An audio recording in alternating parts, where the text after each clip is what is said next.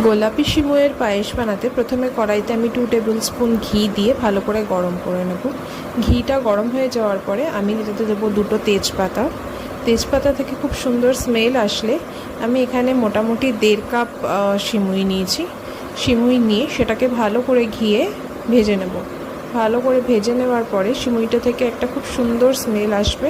তারপরে আমি কিছু তাতে ড্রাই ফ্রুটস কেটে নিয়ে অ্যাড করব। আপনি আপনার পছন্দ মতো ড্রাই ফ্রুটস এখানে অ্যাড করতে পারেন। ড্রাই ফ্রুটসগুলো অ্যাড করার পরেও সেটাকে ভালো করে ভেজে নিতে হবে। মোটামুটি 1 থেকে 1.5 মিনিট ভেজে আমি সিমুইয়ের সাথে পুরো ড্রাই ফ্রুটসটাকেই তুলে নেব। এবার তাতে কড়াইটায় সামান্য জল দিয়ে 200 ml মতো আমি দুধ দিয়েছি এবং এতে আমি 5 টেবিল স্পুন গুঁড়ো দুধ অ্যাড করব।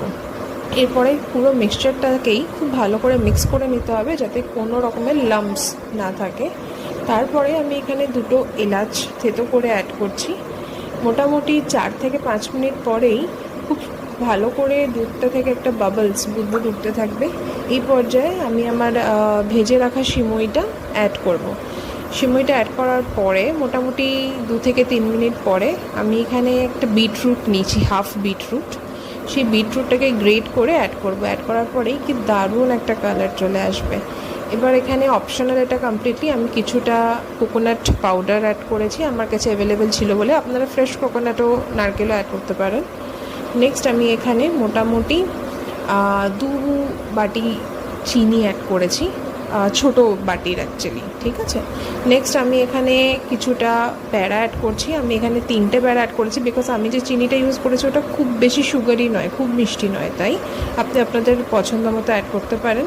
এরপরে আপনারা চাইলে এখানে একটুখানি জলও অ্যাড করতে পারেন যদি বেশি থিক লাগে তো। আর আমি এখানে অ্যাড করিনি কারণ আমার মিল্কের কনসিস্টেন্সি ঠিক ছিল।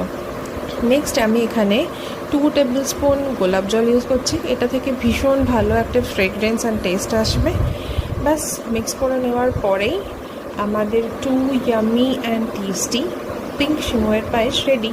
জাস্ট 10 মিনিটস এটা রেডি হয়ে যান অ্যান্ড ভীষণই সুন্দর হয় খেতে। আপনারা কিন্তু অবশ্যই ট্রাই করবেন এবং ট্রাই করে জানাবেন কেমন লাগলো আপনাদের খেতে। Thank you.